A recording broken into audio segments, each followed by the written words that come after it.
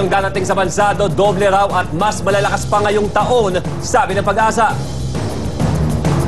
Camarines Sur isolated na dahil sa bahang dulot ng cold front. Kalamidad sa Bicol at Southern Leyte, isinisi ni Pangulo Aquino sa illegal logging. Pagpapatupad ng total log ban, pinag-iisipan na.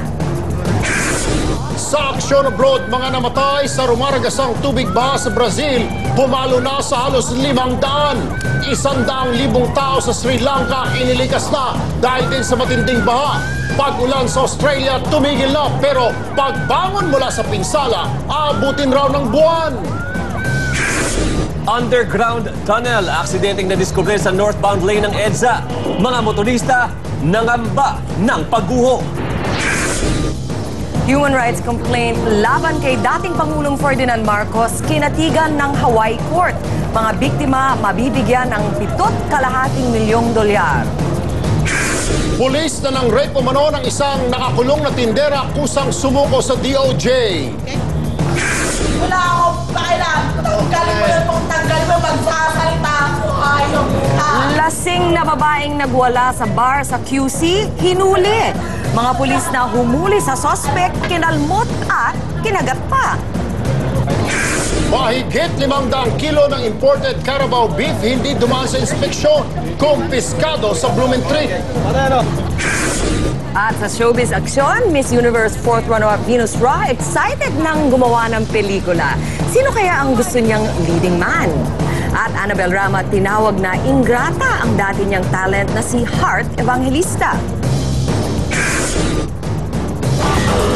Sa Makata Super Video, Lincoln Park 2, winelcome ang bagong silang na Baby Ape. At mga kids, ating kilalanin ang hayop na may kakaibang charm.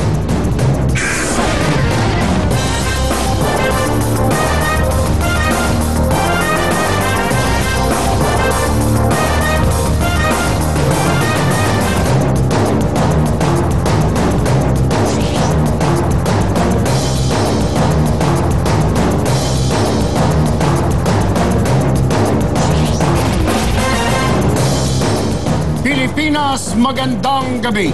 Ngayon, ang 14 ng Enero. Ang mga maaaksyong balita. Aksidenteng nadiskubre ng mga tauhan ng Manila Water ang isang underground tunnel sa kahabaan mismo ng EDSA. Sa lalim at lapad ng butas, kakasya raw ang isang buong kotse. Pero kung saan ginamit at hanggang saan ang tunnel, wala pang nakakaalam. Ikwento mo, June Loyola. Nag-aayos ng tubo ang tauhan ng Manila Water sa northbound lane ng bahagi ng EDSA Guadalupe nang masurpresa sila sa nakita, isang underground tunnel. Ang unang bumungad, ang mga aspalto, sumunod, adobe. Nang bakbakin nito, doon nila nakita ang isang butas na may lalim na hanggang 5 metro at tinatayang nasa 3 metro naman ang lapad. Posible daw na lumang tunnel na ginamit pa noong panahon ng mga Hapon ang nadiskubre dito. Wala pang nangas na pumasok sa tunnel para alamin kung hanggang saan ito. Kasya ang isang sasakyan sa nadiskubring bahagi ng tunnel, pero di pa alam kung saan ito ginamit. We will plan how to explore kung saan yung alignment niya. Tinakpan muna ng DPWH at MMDA ng steel plate ang butas. Sana po huwag magalaw at ma-preserve natin for heritage purposes. Pero ang mga motorista, iba ang pangamba. Baka raw kasi bumigay ang kalsada anumang oras. Delikado lalo na, di ba, mga traffic dito lagi, di ba? Oo, yung pinakabigat ng mga sumadaan dyan, mamaya mag-collapse. So, dapat ayusin nila na maayos yun, hindi pwede basta-basta ganun-ganun lang yan, di ba? Sarado muna ang isang bahagi ng northbound lane ng EDSA. Posibleng ituloy mamaya ng MMDA at Manila Water ang paghukay para hindi maging sagabal sa mga motorista. June Loyola, News 5. Tila may gusto talagang sabihin si Inang Kalikasan. Tuloy pa rin kasi ang malaundoy na baha at ulan sa Brazil na pumatay sa halos 500 katao. Ang santabak na snow sa Amerika patuloy rin nagdadagdagan. Sa Europa naman, sumabog ang isang bulkan na 2 dekada ng nananahimik. Naomi Dairit, ikwento mo. Patuloy ang pagragasa ng tubig baha sa Brazil. Umabot na sa halos 500 ang patay dahil dito. Pahirapan ng rescue operations para sa 5,000 pamilya na hindi pa makaalis sa kanilang mga bahay dahil sa lakas ng baha. Sa Rio de Janeiro, nakuna ng kamera ang pag-rescue sa isang babaeng may hawak na aso mula sa bahay niyang tinatangay na rumaragas ang tubig. Ligtas ang babae pero natangay ng baha ang alaga niya. Una rito, isang 6 na buwang gulang na sanggol ang na-rescue kasama ang kanyang ama mula sa isang gumuhong bahay. Ganito rin ang eksena sa Sri Lanka. Hindi bababa sa 27 ang patay habang 12 ang nawawala sa malakas na agos ng baha dulot ng tuloy-tuloy na ulan. Nasa 100,000 na ang sapilitang inilikas mula sa kanilang mga bahay. Halos 600,000 ektarya ng palaya naman ang nasira. Sa Australia, tumila na ang ulan at bahagya ng humupa ang baha. Pero ang pinsalang dinulot nito, damang-dama pa rin. Halos 30,000 mga residente ang nawalan ng bahay. Patuloy pa rin pinaghahanap ang 61 nawawala.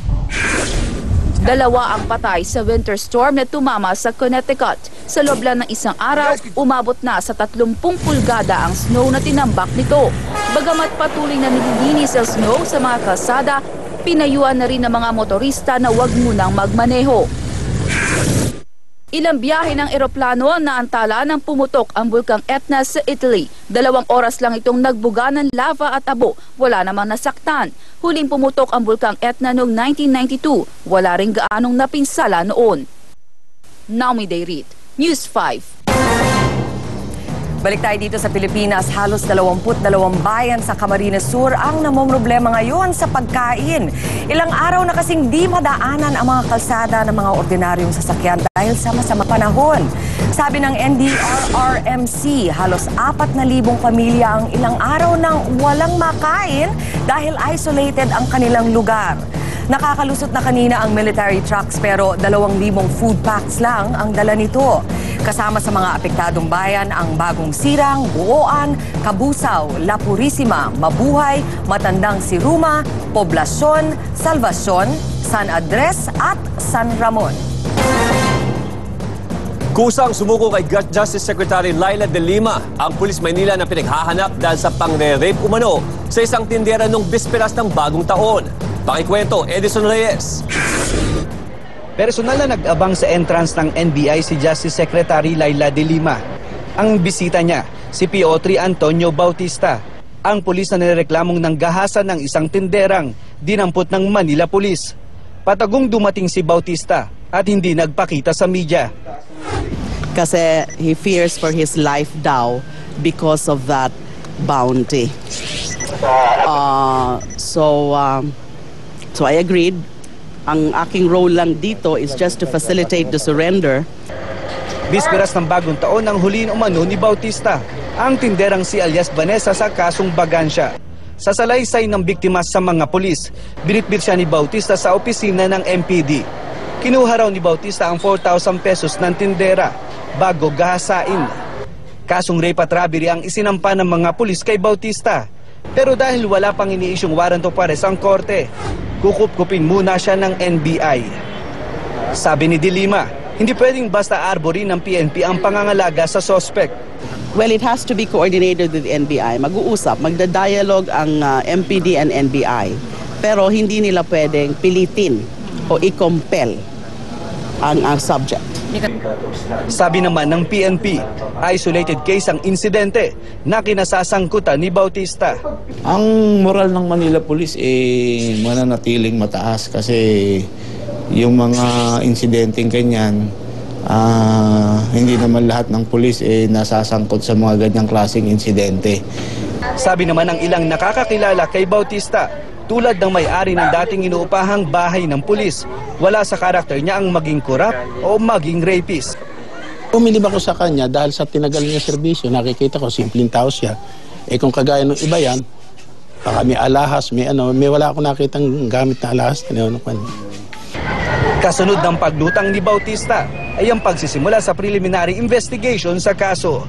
Edison Reyes, News 5. Nahaharap naman sa kasong medical malpractice ang isang doktora dahil sa kanyang kapabayaan matapos mamatay sa panganganak ang hipag ng mismong artistang si Janice Jurado. Ang dahilan, naubusan ng dugo ang biktima. Narito ang report. Enero 5 nang isugod sa Hernandez Lying-in Clinic sa Marilao, Bulacan. Si Josephine Amamang Panghurado, 35 years old. Hipag ng dating aktres na si Janice Jurado. Subalit sa halip na biyaya sanang dulot ng paglabas ng ika-6 niyang supling, naging trahedya sa pamilya Jurado. Namatay si Josephine matapos maubusan ng dugo dahil umano sa kapabayaan ni Doktora Marla Acuña Hernandez na siya ring may-ari ng klinika.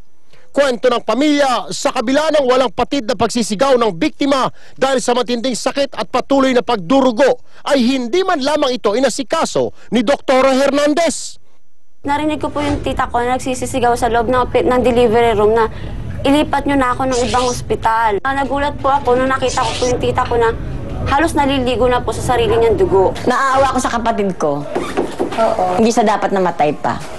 Huli na ang lahat ng magdesisyon ng doktora na ilipat ang biktima sa mas malaking ospital. Hindi na siya umabot ng buhay sa Valenzuela Medical Center. Sagutin niya kung bakit hindi niya agad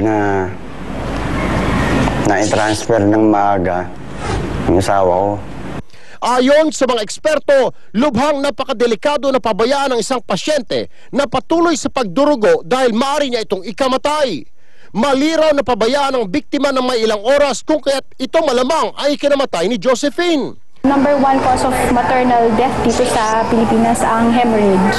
Kaya importanteng ma-assess kaagad ang kahit sinong bagong panganak na nagdudugo. Sinubukan ng News 5 na kunin ng pahayag ang doktora pero tumanggi siyang magbigay ng pahayag. Nagsampana ng kasong medical malpractice sa NBI ang pamilya Jurado. Erwin Tulfo, News 5.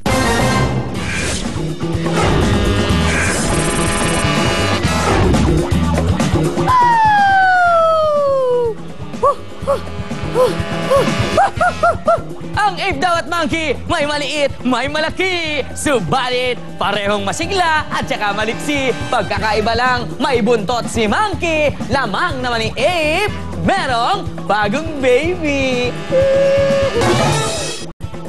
Sa Lincoln Park Zoo, sumulpot ang chikiting, pero sa malayo ay di ganong pansin. Sa tiyan po ni nanay pala nakabitin, habang dun sa puno, parang nagbabaging. Ang cute ng baby, ninangako sa binyag. Medyo nagdududa itong kanyang tatay. Balahibo nila, di daw magkakulay. Pero mother and child, masaya pang tunay. Hanggat nasa puno, tuloy lang ang buhay. Wow! Ang cute ng mga apes sa aking video! Kamukha nyo! Pero teka muna, alam nyo ba na sila ang itinuturing na pinakamatalinong hayop sa balat ng lupa? Aba, may balat pala ang lupa. Ang alam ko yung balat ko may lupa. Ang kanilang skeletal structure naman ay maiahalin tulad sa mga tao. Si Gibo naman ang tinuturing na pinakamaliit na makulaw, Chongo sa buong mundo. Ang kanyang bigat, 10 kilo at may taas lamang na 3 talampakan. Kaya mga bata, kung mayroon kayong mukhang Chonggong kaibigan, huwag niyong tutuksuhin. Ibulong niyo na lang. Secret natin yan. Ako lang nakakaalam. At iniiwan ka naman ng isang kasabihan. Matalino man ang matching. Kapag walang saging ay nabobobo rin. Pagkat utak ay hinahangin. Yan po ang aking balitang hatid. Tiyak na imported para sa inyo, kapatid. Susunod sa aksyon, pasahe sa jeep. Tataas na rin. Babaeng nagselo sa panaginip, patay matapos lumagok ng panglinis ng alahas. At tatapusin na nga ba ni Efren Bata Reyes ang kanyang magic sa bilyaran? Ang sagot sa aming pagbabalik. Wow!